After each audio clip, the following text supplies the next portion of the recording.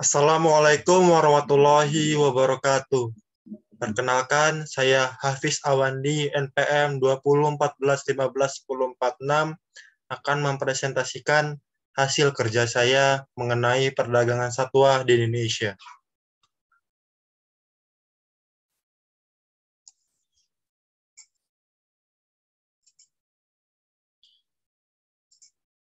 Berikut adalah daftar isi.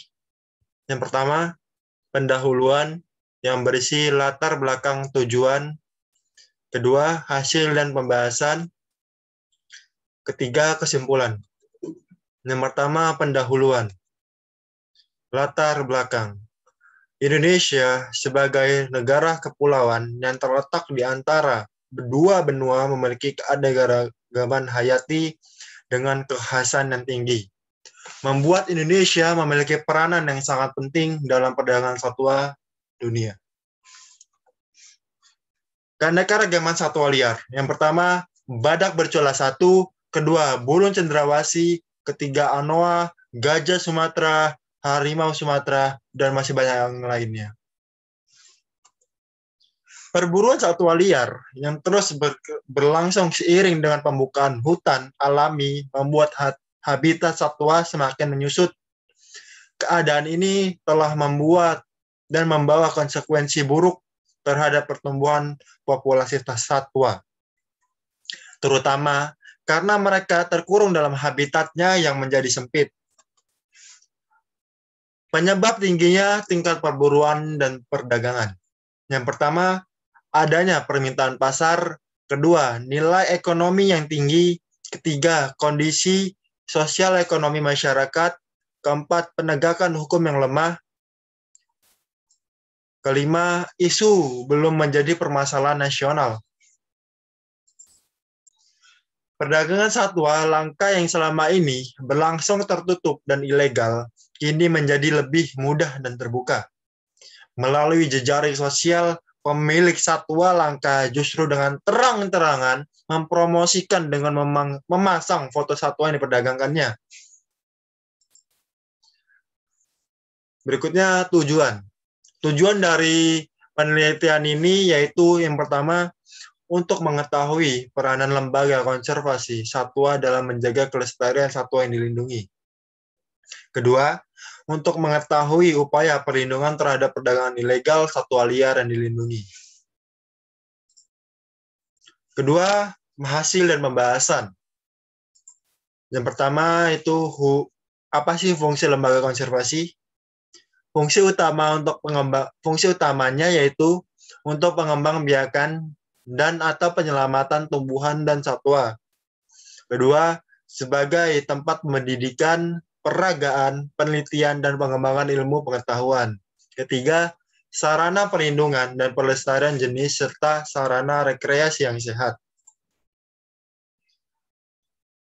Bisa dilihat di sini, di sebelah kanan ini terdapat gambar yang merupakan gajah yang berada di Taman Nasional Waikambas yang berada di Lampung.